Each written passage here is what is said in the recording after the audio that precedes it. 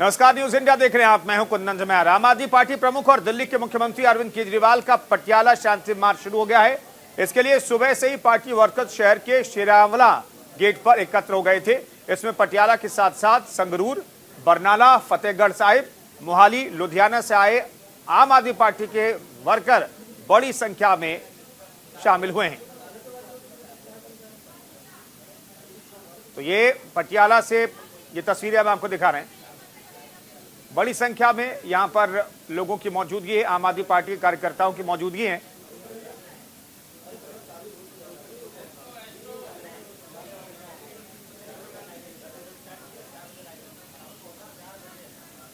तो पंजाब चुनाव के मद्देनजर आम आदमी पार्टी पूरा जोर लगा रही है और दिल्ली के मुख्यमंत्री अरविंद केजरीवाल जो हैं वो लगातार चुनावी सभाओं को संबोधित कर रहे हैं, कार्यकर्ता में जोश भर रहे हैं और पंजाब चुनाव में फतह की कोशिश कर रहे हैं।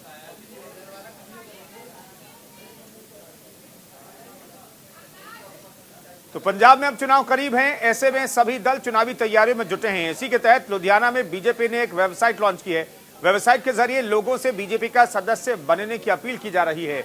वहीं जब इस दौरान अश्विनी शर्मा से पूछा गया कि क्या भविष्य में बीजेपी अकाली दल के साथ गठबंधन कर सकती है, तो उन्होंने तंज भरे अंदाज में कहा कि बीजेपी किसी भी भ्रष्ट के साथ गठबंधन नहीं करेगी।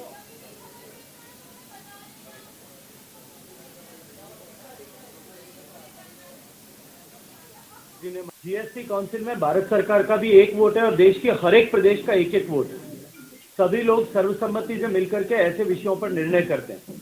राज्यों के सरकारों को विभिन्न राज्यों के सरकारों ने जो प्रतिवेदन दिए उसके आधार पर जीएसटी काउंसिल की मीटिंग में ये विषय रखा गया। पंजाब के वित्त मंत्री सहित सब लोगों ने सर्वसम्मति से इसको पारित किया कि ये जीएसटी बढ़ाई जानी चाहिए। अब पंजाब की सरकार इस पर राजनीति क्यों कर रही है? अगर पंजाब के लोगों का इस पर विरोध था तो मैं पूछना चाहता हूं आपके माध्यम से कि आपको पंजाब की सरकार को ये प्रश्न करना चाहिए और पंजाब के वित्त मंत्री को ये प्रश्न करना चाहिए कि उन्होंने उस समय में क्यों करके इसका समर्थन किया। और अब खबर अमृतसर से, जहां विक्रम मजीठिया पर ड्रग मामला दर्ज होने के विरोध में पंजाब सरकार के खिलाफ शिरोमणि अकाली दल यूथ ने पुलिस कमिश्नर ऑफिस के बाहर धरना प्रदर्शन किया। साथ ही प्रदर्शनकारियों के हाथों में झंडे लिए पुलिस डिपार्टमेंट और सरकार के खिलाफ पुतला दहन कर जमकर नारेबाजी की।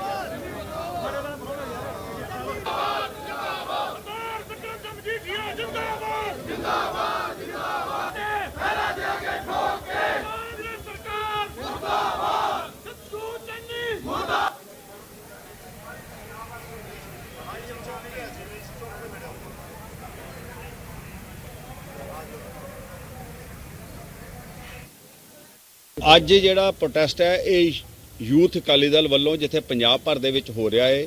ਇਹ ਅੰਮ੍ਰਿਤਸਰ ਦੀ ਸਾਡੀ ਜਿਹੜੀ ਯੂਥ ਅਕਾਲੀ ਦਲ ਦੀ ਟੀਮ ਹੈ, ਜਿਹਦੇ ਵਿੱਚ ਸ਼ਹਿਰੀ ਦਿਹਾਤੀ ਪ੍ਰਧਾਨ ਤੇ ਸਟੇਟ ਬਾਡੀ ਦੇ ਜਿਹੜੇ ਅਹੁਦੇਦਾਰ ਆ ਉਹਨਾਂ ਨੇ ਪ੍ਰੋਗਰਾਮ ਆਰਗੇਨਾਈਜ਼ ਕੀਤਾ। ਦਾਸ ਵੱਲੋਂ ਤੇ ਚਲੋ ਇੱਕ ਸ਼ਹਿਰੀ ਪ੍ਰਧਾਨ ਹੋਣ ਦੇ ਨਾਤੇ ਮੈਂ ਨਾਲ ਆਇਆ ਕੋਆਰਡੀਨੇਸ਼ਨ ਵਾਸਤੇ। ਸੋ ਜਿੱਥੇ ਇਹ ਸਾਰੇ ਨੌਜਵਾਨਾਂ ਦਾ ਆਪਣੇ ਵੱਡੇ ਵੀਰ ਪ੍ਰਤੀ ਵਿਕਰਮ ਮਜੀਠੀਆ ਜੀ ਪ੍ਰਤੀ ਪਿਆਰ ਹੈ, ਉੱਥੇ ਕਾਂਗਰਸ ਪ੍ਰਤੀ ਰੋਸ ਹੈਗਾ। ਜਿੱਦਾਂ ਪਿਛਲੇ ਥੋੜੇ ਦਿਨ ਪਹਿਲਾਂ ਸ਼੍ਰੋਮਣੀ ਅਕਾਲੀ ਦਲ ਵੱਲੋਂ ਬਹੁਤ ਵੱਡਾ ਇੱਕ ਪ੍ਰੋਟੈਸਟ ਕੀਤਾ ਗਿਆ ਸੀਗਾ, ਅੱਜ ਯੂਥ ਅਕਾਲੀ ਦਲ ਨੇ ਪ੍ਰੋਟੈਸਟ ਕੀਤਾ ਕਾਂਗਰਸ ਦੇ ਖਿਲਾਫ। ਤੇ ਇਹ ਆਉਣ ਵਾਲੇ ਟਾਈਮ ਦੇ ਵਿੱਚ ਦੱਸਣਾ ਚਾਹੁੰਦੇ ਆ ਵੀ ਜਿਹੜਾ ਇਹਨਾਂ ਨੇ ਧੋਖਾ ਕੀਤਾ, ਜਿਹੜਾ ਇਹਨਾਂ ਨੇ ਧੱਕਾ ਕੀਤਾ ਵਾ ਵਿਕਰਮ ਮਜੀਠੀਆ ਦੇ ਉੱਪਰ, ਇਹਦਾ ਜਵਾਬ 2022 ਦੇ ਵਿੱਚ ਵੋਟਾਂ ਦੇ ਰੂਪ 'ਚ ਦਿੱਤਾ ਜਾਊਗਾ। ਗੁਰੂ ਮਹਾਰਾਜ ਕਿਰਪਾ ਕਰੇ, ਪੰਜਾਬ ਦੇ ਲੋਕ ਸਰਕਾਰ ਲਿਆਉਣ ਤੇ ਇਹ ਕੰਮਾਂ ਦੇ ਆਧਾਰ ਦੇ ਉੱਪਰ ਜਿਹੜੇ ਇਹਨਾਂ ਨੇ ਗਲਤ ਕੰਮ ਕੀਤੇ ਨੇ ਕਾਂਗਰਸ ਸਰਕਾਰ ਨੇ, ਜਿਹਦੀਆਂ ਪੋਲਾਂ ਵਿਕਰਮ ਮਜੀਠੀਆ। इधर पटियाला में लगातार कोरोना के मामले सामने आ रहे हैं। आज थापर यूनिवर्सिटी में 2 दिनों में 27 मामले सामने आ चुके हैं। इसकी जानकारी हेल्थ विभाग के डॉक्टर सुमित ने दी है। उन्होंने बताया कि 200 बच्चों के सैंपल लिए गए थे, जिसमें से 27 बच्चों के सैंपल पॉजिटिव पाए गए हैं। इसे लेकर हमारे संवाददाता दशवीर की ये रिपोर्ट देखिए।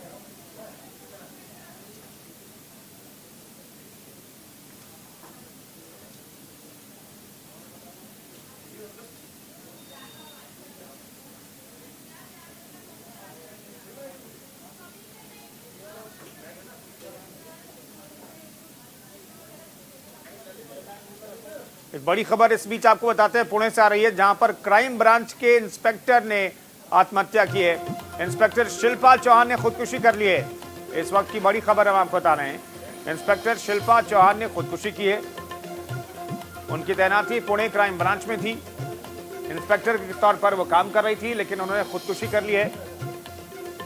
शिल्पा चौहान की तस्वीरें हम आपको दिखा रहे हैं। आखिर क्या वजह रही, शिल्पा चौहान ने क्यों खुदकुशी की, यह बड़ा सवाल है।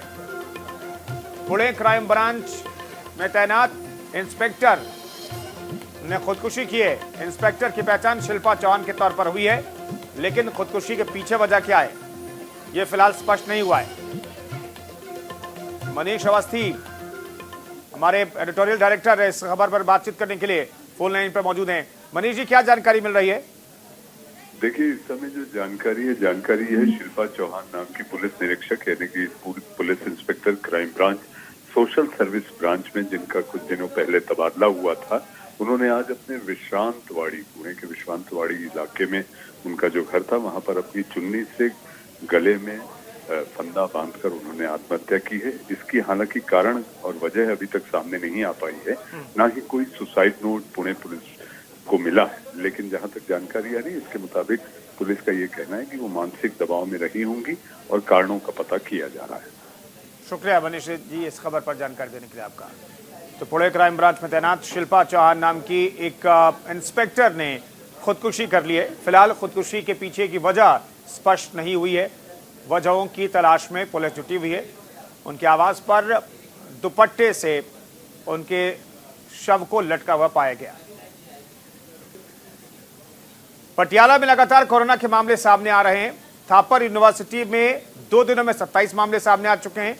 दरअसल जानकारी स्वास्थ्य विभाग की तरफ से दी गई है और 200 बच्चों के सैंपल लिए गए थे, जिसमें से 27 बच्चों के कोरोना रिपोर्ट पॉजिटिव आए हैं। इस पर देखिए हमारे संवाददाता जशबीर की ये खास रिपोर्ट।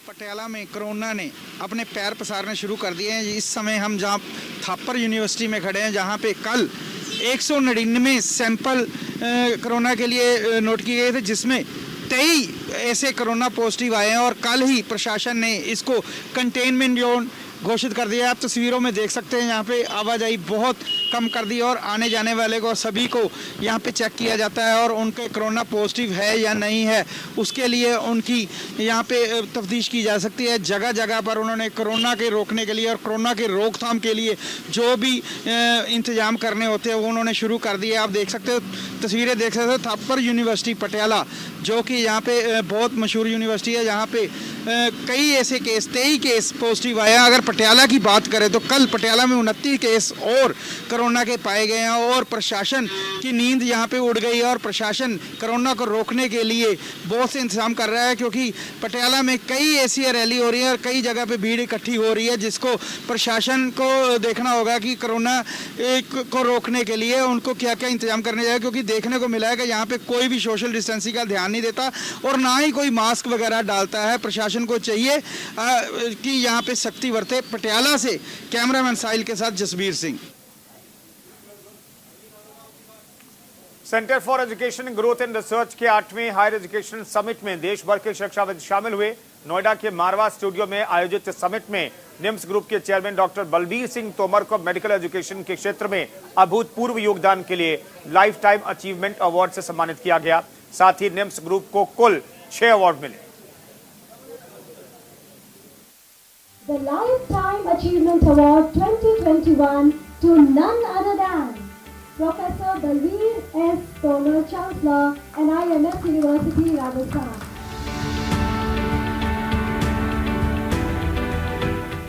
साल 2021 की विदाई और 2022 का वेलकम और इन पलों में उन हस्तियों का सम्मान जिन्होंने शिक्षा की अलग जगाई।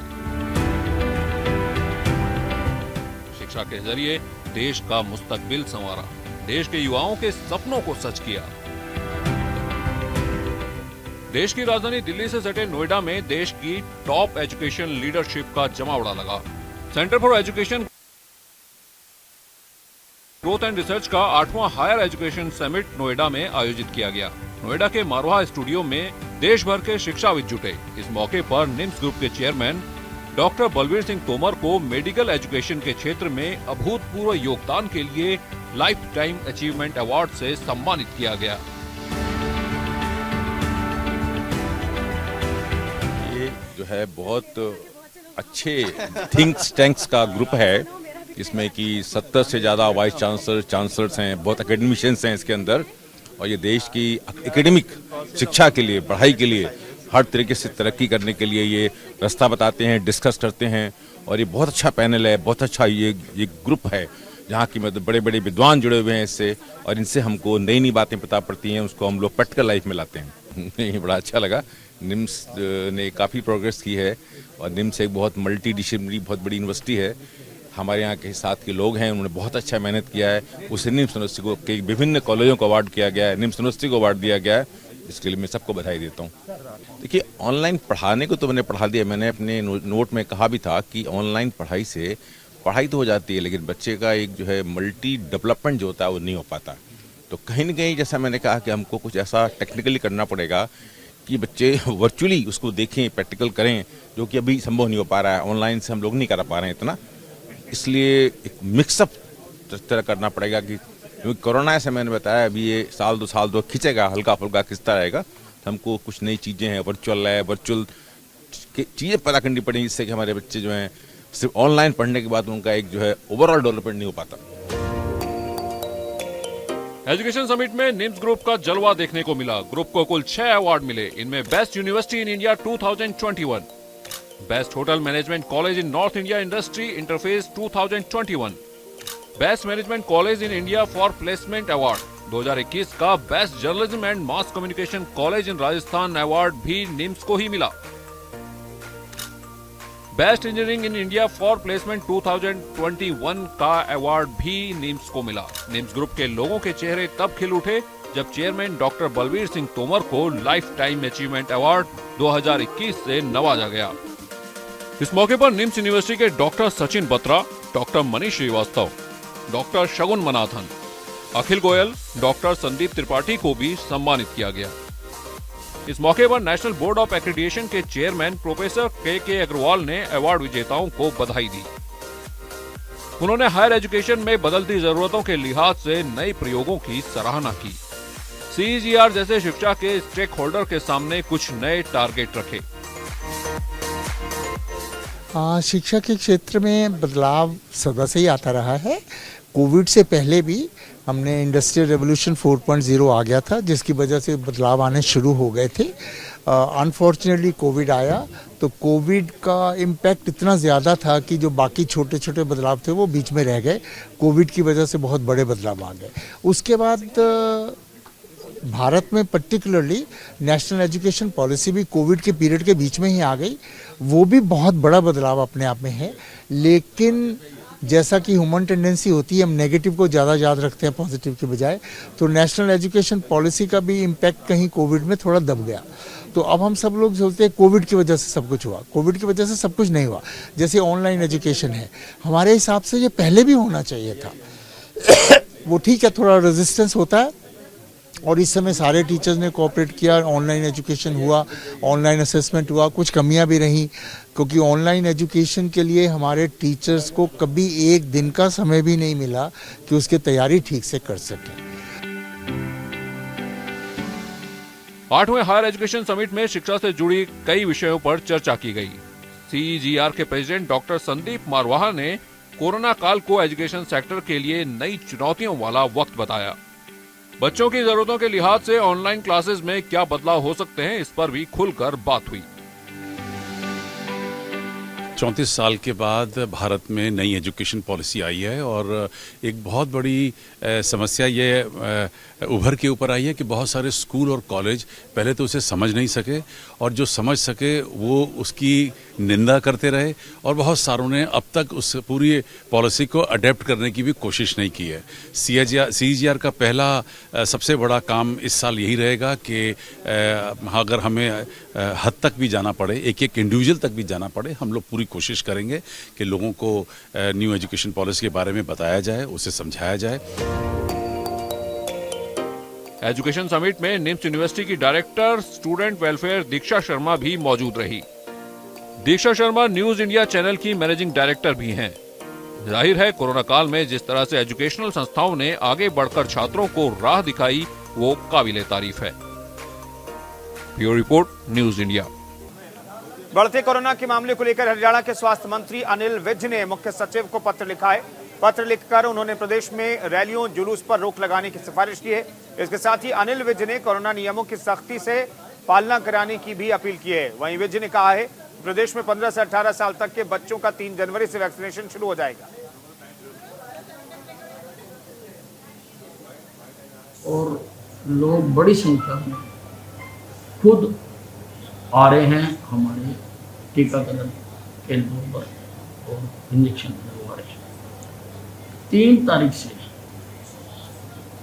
15 से 18 साल तक के बच्चों वैक्सीनेशन का काम शुरू हो गया। हरियाणा में इनकी लगभग संख्या 15,40,000 है। 1 तारीख से बच्चे खुद कोविन साइट के ऊपर रजिस्टर कर सकते हैं।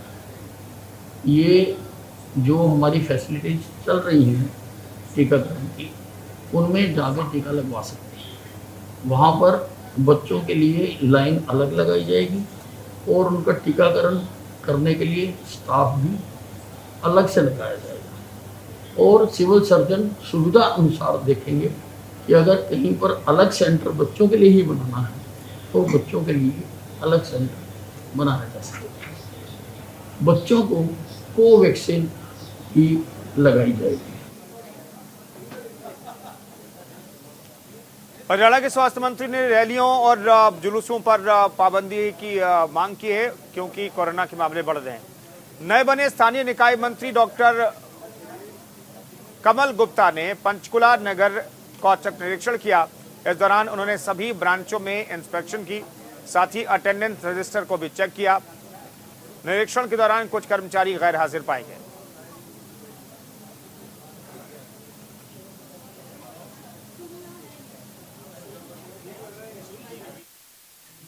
आज की तनख्वाह इनको नहीं दी जाएगी, इनकी एक्सप्लेनेशन दी जाएगी। फिर भी देखिए कोई इनमें से कुछ कोई जेन्युइन डिले भी हो सकती है। अगर कोई जेन्युइन डिले हुई उसको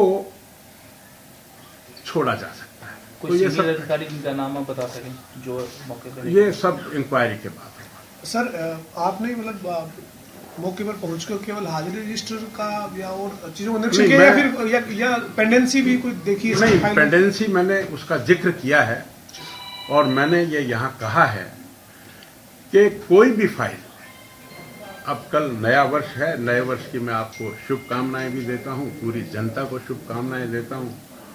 आपका स्वास्थ्य ठीक रहे, आपका व्यापार परिवार ठीक रहे। तो मेरा आपके माध्यम से भी, और यहाँ हमारे आदरणीय डीसी साहब बैठे हैं, हमारे आदरणीय मेयर साहब बैठे हैं, हमारे यहाँ बहुत सारे इलेक्टिव रिप्रेजेंटेटिव पार्षद बैठे हैं, उन सब का भी सम्मान करता हूँ। हमारे बीच में कमिश्नर साहब बैठे हैं, हमारे बीच में जिला प्रधान अजय जी बैठे हैं। ऐसे बीजेपी के कार्यकर्ता हैं। हालांकि इनको मैंने फ़ोन करके 8:45 बजे फ़ोन किया, कितने बजे फ़ोन किया, तो बुला लिया था। तो मैं इन सब का मान सम्मान करते हुए और ये विश्वास दिलाता हूँ।